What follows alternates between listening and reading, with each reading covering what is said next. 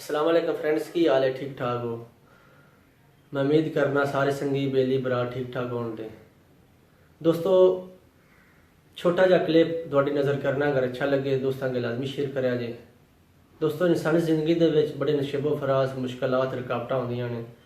अगर उन्हां मुश्किलातां नूं रुकावटां नूं इंसान सबर हिम्मत और इस्तकामत नाल उन्हां दा फेस करे तो इंसान अपनी मंजिल पा लैंदा है।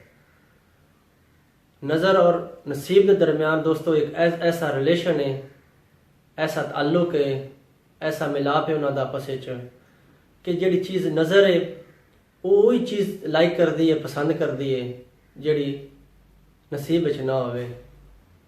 जिहड़ा नसीब विच हुंदा है दोस्तों नज़र नहीं आता। चलण वाले पैरां दोस्तों कितना फर्क होंदा है।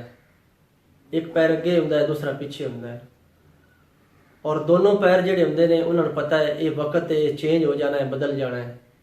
हुण मैं अगे हाँ तो फिर मैं पीछे हो जाना है, दूसरे अगे चले जाना है। और दोस्तों इस चीज़ का नाम जिंदगी है। दोस्तों, अगर जिंदगी दे विच कदी खुणे का मकाम आ जाए तो दो चीज़ां जिहड़ियां लाजमी याद रखिया जे। एक जिहड़ा खो लिया है उनका गम नहीं, तो जिहड़ा पा लिया है वो किसी तो कम नहीं। जिहड़ा नहीं है वो एक ख्वाब है, तो जिहड़ा है वो लाजवाब है।